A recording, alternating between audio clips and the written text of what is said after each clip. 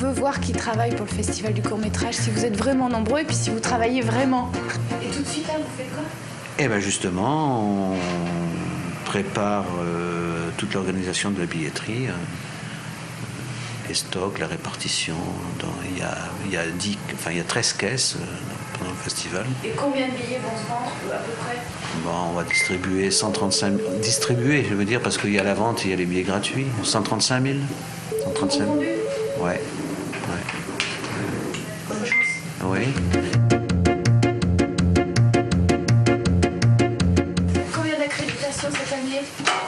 Précisément, je regarde mon ordinateur, 3540. C'est plus ou moins? Plus, un petit peu plus que l'année dernière. Ça va? Ça va, oui.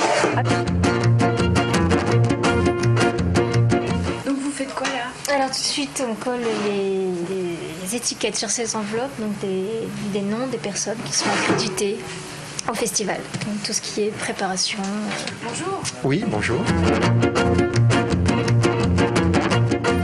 Combien Voilà. de pays seront représentés cette année? Oula, vous me prenez en défaut, je crois que c'est 48, il me semble. Donc c'est Il me vraiment semble. un festival international. Ah bah bien sûr, oui. Et 48, mais on a reçu, alors j'ai pas encore eu le temps de faire le compte, mais des films de plus de 100 pays, bien sûr. Donc tous ne sont pas présents en sélection. Moi, je m'occupe de la partie vidéothèque du marché, c'est-à-dire les professionnels peuvent voir donc 5000 films sur un serveur et donc il faut avoir un accès pro, enfin tout un tas de choses. Et là, justement, je suis avec des petites difficultés là-dessus.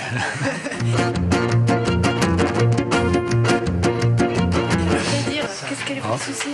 Alors, le souci, c'est qu'il y en a trois différents codes et puis il n'y en a aucun qui marche. Bon, donc, mais je pense qu'il n'a pas payé. Ici, c'est très pluraliste. Vous savez, il y a des tas de gens qui font des tas de choses différentes et sur différents secteurs, qui soient dans le comité de sélection, mais qui vont s'occuper aussi, je sais pas, de la présence professionnelle ou de rétrospective et tout. Ici, les tâches sont pas toujours très identifiées comme une entreprise classique, parce qu'on n'est pas une entreprise, une association à but non lucratif.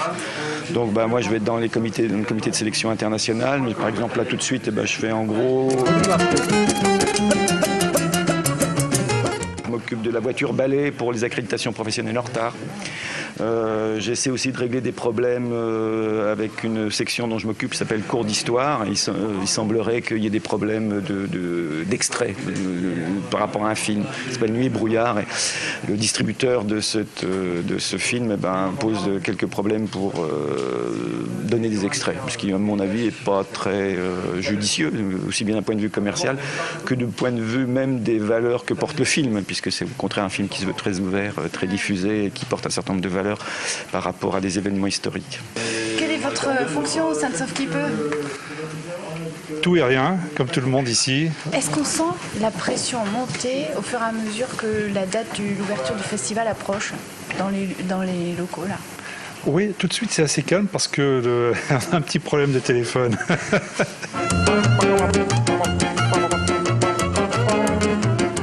Donc c'est très tranquille de ce côté-là. Mais oui, bien sûr, ça commence à monter là, je veux dire, un petit peu de tous les côtés. Vous avez vu dans le bâtiment, il y a des gens qui s'activent de l'autre côté pour préparer tous les dossiers des festivaliers. Je vous dis, il y a la mise en place du marché. En 3 jours, il faut tout monter. Il y a 600 pièces de mobilier qui arrivent, des stands à monter, etc.